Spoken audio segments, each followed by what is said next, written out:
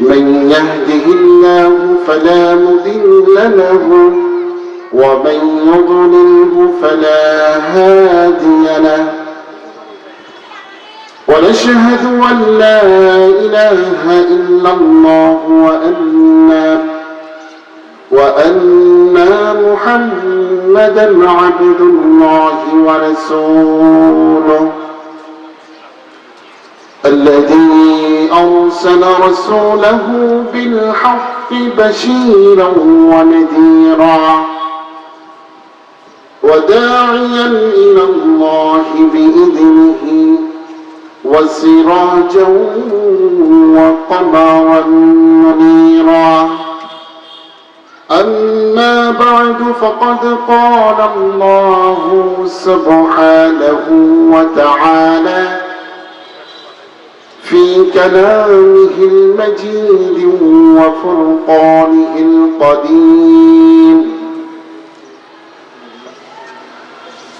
محبت زبان کھل بولے اعوذ باللہ من الشیطان الرجیم بسم اللہ الرحمن الرحیم ان الدین عند اللہ الاسلام صدق الله العظيم وصدق رسوله النبي الكريم ونحن على ذلك من الشاهدين والشاكرين والحمد لله رب العالمين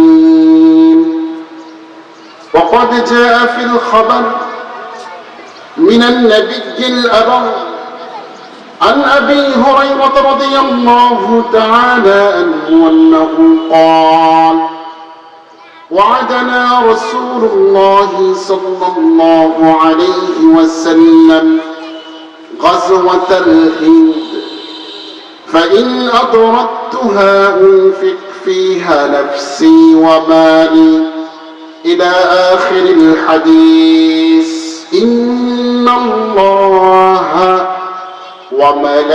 وملائكته يصلون على النبي يا أيها الذين آمنوا صلوا عليه وسلموا تسليما صلى الله على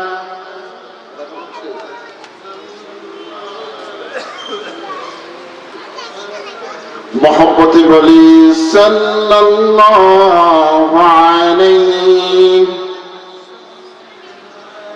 صلی اللہ علی محمد صلی اللہ علیہ یا الہی مجھ کو مجھ سے دور کر تاکہ دیکھو تجھ میں مجھ کو ایک نظر جنت و دجب سے یا رب کیا کروں ارجی میں تجھے دکھا کرو اللہم صلی وسلم وبارک علیہ معجز محترم ذو المجد والاحتشام হুমায়রা রাদিয়াল্লাহু তাআলা আনহা মহিলা মাদ্রাসা এবং নেওরা সৈয়দপুর যুব সমাজবাসীর উদ্যোগে আয়োজিত সপ্তম তাফসীরুল কোরআন মাহফিলের সদরে আঞ্জুমান মাননীয় সভাপতি প্রধান বক্তা প্রধান আলোচক দেশবরেণ্য আলেমে দ্বীন মিডিয়া ব্যক্তিত্ব হযরত মাওলানা আব্দুল হক আসিফ সাহেব আতাল্লাহু ফি উমরা সম্মানিত উলামায়ে কিরাম পদ্মানিশিরা মহিলা প্যান্ডেলে আগত মা ও বোনেরা সকলের খেদমতে নিবেদন করছি ইসলামী সম্ভাষণ সালাম আসসালামু আলাইকুম ওয়া রাহমাতুল্লাহি ওয়া বারাকাতুহু আপনারা সকলে কেমন আছেন আল্লাহ তাআলা আমাদেরকে সুস্থ রেখেছেন ভালো রেখেছেন আমরা সকলেই জবান খুলে বলছি আলহামদুলিল্লাহ বলুন সবকিছুর মালিক কে সুখে রাখেন কে দুঃখে রাখেন কে খাইরিহি ওয়া শাররিহি কার পক্ষ থেকে আসে। এজন্য আল্লাহ তাআলা বলে দিয়েছেন লা ইন শাকারতুম লাযীদান্নাকুম ওয়া লা ইন কাফারতুম ইন্না আযাবি লাশাদীদ। তোমরা যদি তোমাদের রবের নিয়ামতের শুকরিয়া আদায় করো, রব্বে করিম তোমাদের নিয়ামতকে বাড়িয়ে দিবেন, সুবহানাল্লাহ। আর যদি নিয়ামতের অকৃতজ্ঞতা প্রকাশ করো, শুকরিয়া আদায় না করো, আল্লাহ তোমাদের মতো এত নির্দয় না, তিনি তোমাদের মতো এত নির্দয় না, তিনি নিয়ামতকে কমিয়ে দিবেন না, বরং তোমাদের জন্য নিয়ামতকে রেখে দিবেন। আর তোমাদের জন্য রয়েছে যন্ত্রণাদায়ক শাস্তি, বলে নাউযুবিল্লাহ। এজন্য আমরা সবসময় প্রশংসা করবো কার? আল্লাহ। আপনাদের খেদমতে আমি একটি আয়াতে কারিমা তেলাওয়াত করেছি এবং রাসূল সাল্লাল্লাহু আলাইহি ওয়াসাল্লামের বিশ্ববিখ্যাত হাদিস থেকে একটি হাদিস আপনাদের সামনে আমি পড়েছি। আল্লাহ তাআলা বলে দিয়েছেন ইন্নাদ দীনা ইনদাল্লাহি ইসলাম, নিশ্চয়ই আল্লাহ তাআলার কাছে গ্রহণযোগ্য মনোনীত ধর্মের নাম হচ্ছে ইসলাম। বলুন নাকি? আমাদের সকলের ধর্মের নাম কি? সকলে বলুন কি? ইসলাম। এটি যেন তেন কোনো ধর্ম নয়। Islam is not only a divine book. Islam is not only a religion, but it is complete comprehension, dynamic, scientific code of life. Subhanallah. Islam এটি বিজ্ঞানসম্মত আদর্শিক মানব জাতির শ্রেষ্ঠতম আদর্শের নাম হচ্ছে ইসলাম। ঠিক কিনা বলেন? আল্লাহ তাআলা আমাদেরকে সেই ইসলাম ধর্মের একজন অনুসারী মুসলমান হিসেবে কবুল করেছেন। আল্লাহর কাছে আমরা শুকরিয়া আদায় করে বলছি আলহামদুলিল্লাহ। কারণ হলো এই পৃথিবীতে অনেক ধর্ম আছে, হিন্দু, বৌদ্ধ, খ্রিস্টান, ইহুদি, নাসারা। আল্লাহ তাআলা আমাদেরকে ঘোষণা করে দিয়েছেন, দুনিয়ার মানুষ শোনো, মুসলমান না হয়ে মৃত্যুবরণ করিও না। কবর যদি ভালো থাকতে চাও তোমাদেরকে অবশ্যই মুসলমান হতে হবে। আল্লাহ তাআলা বলে দিয়েছেন ইয়া আইয়ুহাল্লাযীনা আমানু তাকুল্লাহা হাক্কা তুকাতিহি ওয়া লা তামুতুন্না ইল্লা ওয়া আনতুম মুসলিমুন। হে ঈমানদারগণ, তোমরা যারা ঈমান এনেছো, তোমরা আল্লাহ তাআলাকে ভয় করার মতো ভয় করো। আর খবরদার খবরদার মুসলমান না হয়ে তোমরা কবরে আসিও না। বর্তমান পৃথিবীতে 900 কোটি মানুষ, এই 900 কোটি মানুষের মধ্যে কতজন মানুষ ইসলাম ধর্ম গ্রহণ করে কবরে যেতে পারবে বলেন? পারবে সবাই? সেই 900 কোটি মানুষের মধ্যে আল্লাহ তাআলা যে আমাকে আপনাকে সুযোগ দিয়েছেন মুসলমান হওয়ার, ইসলাম ধর্মের উপর থাকার, আল্লাহর কাছে আমরা শুকরিয়া আদায় করে বলছি আলহামদুলিল্লাহ। এজন্য আমার রাসূল শিখিয়ে দিয়েছেন রাদিতু বিল্লাহি রাব্বা, বলো তুমি আমি আল্লাহ তাআলাকে রব হিসেবে পেয়ে সন্তুষ্ট আছি। ওয়া বিল ইসলামি দীনা, এবং দ্বীন ইসলামকে ধর্ম হিসেবে পেয়ে আমি খুশি আছি। আর বিশ্বনবী সাল্লাল্লাহু আলাইহি ওয়াসাল্লামকে আমাদের রাসূল, আমাদের নবী, আমাদের আইকন, আমাদের আইডল হিসেবে পেয়ে আমরা খুশি আছি। খুশি আছেন কিনা? কে কে খুশি আছেন? আর দুই হাত উঁচু করে আল্লাহকে দেখান। নারে তাকবীর, নারে তাকবীর। বন্ধুরা আমার, আল্লাহ তাআলা বিশ্ববাসীর শান্তির জন্য, কল্যাণের জন্য যুগ যুগে নবী রাসূল পাঠিয়েছিলেন। এই পৃথিবীতে 1,24,000 নবী এবং রাসূলকে পাঠিয়েছিলেন। সর্বশেষ নবীর নাম হচ্ছে আমাদের নবী মুহাম্মদুর রাসূলুল্লাহ। তিনি যে সমাজে এসেছিলেন, ওই সমাজটা ছিল একেবারেই অন্ধকারের যুগ, অত্যাচারের যুগ, মারামারির যুগ, কাটাকাটির যুগ, ঝগড়া ফাসাদের যুগ। ঠিক কিনা বলেন? পৃথিবীর এমন কোনো অপরাধ ওই সমাজে হতো না। ওই সমাজের মধ্যে জোর যার, মুলুক তার, শক্তি যার, ক্ষমতা তার, টাকা যার, ক্ষমতা তার, এমন চলত। সেখানে অসহায়, দরিদ্র, ছোট, বিভিন্ন দুর্বল মানুষদের উপর অত্যাচার, স্ট্রিম রুরাল চালানো হতো। মানুষদেরকে বিক্রি করা হতো বাজারে। বলে নাউযুবিল্লাহ। ওই সমাজে মানুষ এত নির্দয় হয়ে যেত, বছরের পর বছর ঝগড়া ফাসাদ, মারামারি, কাটাকাটি, রক্তপাতে তারা ব্যস্ত থাকতো। এবং ওই সমাজের যারা নারী ছিল, নারীদের কোনো সম্মান ছিল না, নারীদের কোনো মর্যাদা ছিল না। যেই কোনো পুরুষ যেই কোন নারীকে ইচ্ছে তাকে ব্যবহার করতো, ব্যবহার করে আবার তাকে ছেড়ে দিত। নাউজুবিল্লাহ। বন্ধুরা আমার, ওই সমাজটি ছিল খুবই ভয়ঙ্কর। সেখানে সুদ খাওয়া হতো। সুদের টাকা দিতে না পারলে ঘরে এসে ঘর খুলে নিয়ে যেত, গোয়াল থেকে গরু খুলে নিয়ে যেত, সম্পদগুলোকে নিয়ে যেত। সুদের টাকা দিতে না পারলে পরে ওই লোকটাকে নিয়ে বাজারে বিক্রি করে দিতে। বলেন নাউজুবিল্লাহ। ওই সমাজের মধ্যে আরেকটি অপরাধ ছিল চুরি, ডাকাতি, সন্ত্রাসী, রাহাজানি, চাঁদাবাজি। আমার রাসূল যে সমাজে জন্মগ্রহণ করেছিলেন ওই সমাজটা ছিল সবচেয়ে নিকৃষ্ট সমাজ।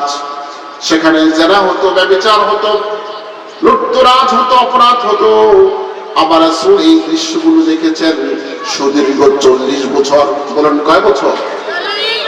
এই 40 বছর যেই দৃশ্যগুলো দেখেছেন, যে মানুষগুলোর এই কর্মকাণ্ড, এই মানুষগুলো ছিল মুশরিক। বলুন না কি ছিল? সবাই একটু বলেন কি ছিল? তারা ছিল মূর্তি পূজক। তারা মূর্তির উপাসনা করত, আগুনের পূজা করত। আমার রাসূল যখন নবুয়ত পেলেন, নবুয়ত পাওয়ার পর একটু একটু করে আমার রাসূল দাওয়াত দেওয়া শুরু করেছেন। সুবহানাল্লাহ বলেন। আমার রাসূল দাওয়াত দেওয়া শুরু করেছেন, খবরদার চুরি করা যাবে না, অপর ভাইয়ের সম্পদ না বলে নেওয়ার নাম চুরি। চুরি করলে অপর ভাই কষ্ট পাবে, তার স্বপ্নের সম্পদ নষ্ট হয়ে যাবে, চুরি করা যাবে না। আল্লাহ তাআলা আয়াত নাযিল করে দিয়েছেন, আস-সারিকাতু ওয়াস-সারিকু ওয়াস-সারিকাতু ফাকতাউ আইদিয়াহিমা। চোর যখন চুরি করবে, সে পুরুষ হোক আর নারী হোক, তার হাত তোমরা কেটে দাও। আল্লাহু আকবার বলেন। আমার রাসূল যখন এই আইনটি বাস্তবায়ন করেছিলেন, মক্কায় 40 বছর নয় 570 বছর যে অপরাধগুলো চলতেছিল, চুরির মতো একটা অপরাধ মুহূর্তের মধ্যে বন্ধ হয়ে গেছে। সুবহানাল্লাহ বলেন। বাংলাদেশের স্বাধীনতার 53টি বছর পার হলো, আলহামদুলিল্লাহ বলেন। আজও পর্যন্ত সোনালী এই আইন বাংলাদেশে বাস্তবায়ন করতে আমরা পারি? যদি বলেন না পারি। যদি পারতাম তাহলে আপনার কলচোর, লাউ চোর আর আম চোর ধরা না, বরং রাষ্ট্রীয় বড় বড় চোর ধরা খেয়েছিল। ঠিক কিনা বলেন? এই চোরগুলোকে যদি ধরতে পারতাম, এই আইন যদি বাস্তবায়িত হতো, তাহলে বাংলাদেশের এত চোর জন্মগ্রহণ করতো না। যারা বাংলাদেশের গরিব, অসহায়, কৃষক, মাঝি মাল্লার রক্ত পানি করা টাকা তারা বেগম পাড়ায় জমা করতো না, আর সুইস ব্যাংকে জমা করতো না। ঠিক কিনা বলেন? এখনো যদি বাংলাদেশের সুপ্রিম কোর্ট থেকে এই আয়াতের আইন যদি বাস্তবায়িত হয়, আগামী 24 ঘন্টার মধ্যে বাংলাদেশের চুরি বন্ধ হয়ে যাবে। ঠিক কিনা বলেন? আমার রাসূল এক এক করে জেনাকারীর জেনা বন্ধ করে দিলেন। যেখানে একটি পুরুষ যাকে ইচ্ছে তাকে ব্যবহার করত, একটি পুরুষের জৈবিক চাহিদা পূরণ করার জন্য একজন নারী দরকার, এই নারীকে সেই ব্যবহার করত।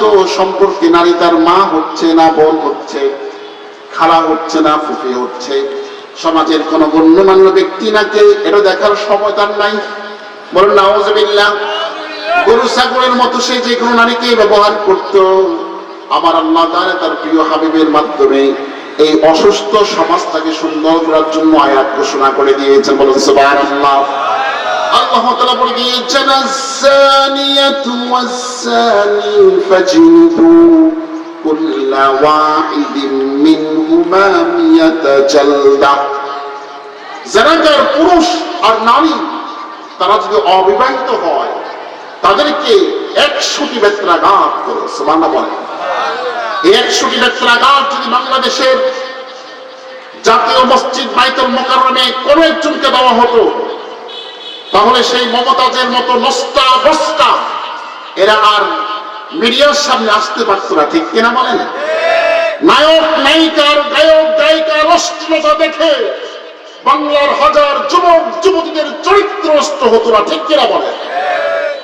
দুঃখজনক হলো সত্য, আজ 53 বছরের এই মুসলমানদের বাংলাদেশে এখনো পর্যন্ত কোরআনের সেই বিপ্লবী আইনটিও পাশ হলো না। কাদের জন্য? আমরা সেটা বোঝা দরকার, ঠিক কিনা বলেন? ভাইরা আমার,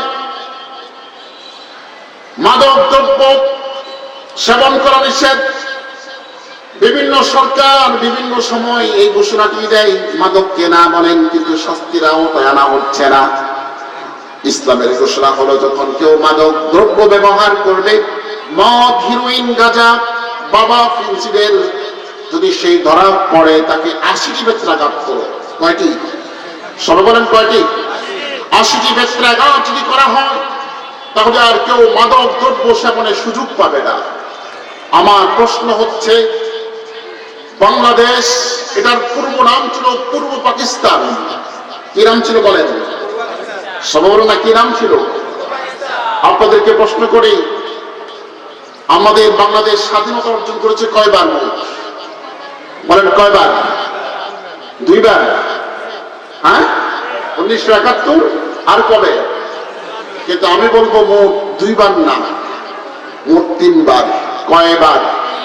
সবাই বলেন কয়বার? 1947 সাল, ওই সময় ভারত, পাকিস্তান, শ্রীলঙ্কা, বাংলাদেশ এক রাষ্ট্র ছিল। জাতি ছিল 2টা, এক হিন্দু আর একটা হচ্ছে মুসলমান। বলেন না, এক কি? হিন্দু আর এই হিন্দু মুসলমানের দাঙ্গা লেগে থাকতো, যার কারণে মুসলমানদেরকে একটা স্বাধীন রাষ্ট্র আর হিন্দুদেরকে একটা স্বাধীন রাষ্ট্রের ঘোষণা করা হলো 1947 সাল। মুসলমানদের আবাস ভূমির নাম দেওয়া হলো পাকিস্তান, পবিত্র ভূমি, আর হিন্দু যেখানে থাকবে তাদের আবাসের নাম দেওয়া হলো হিন্দু স্থান। সুবহানাল্লাহ বলেন। পবিত্র ভূমিতে মুসলমানরা থাকবে।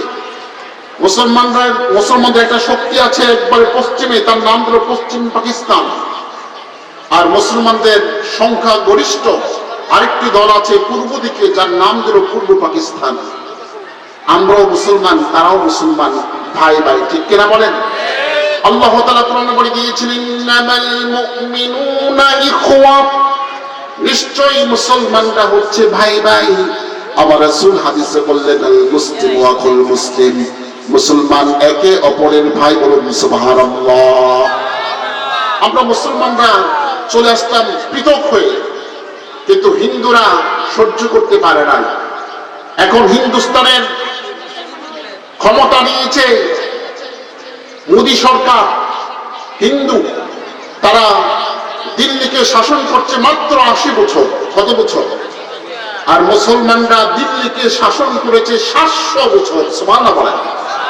ইতিহাস আছে, দিল্লির সালতানাত মুসলমানদের ছিল।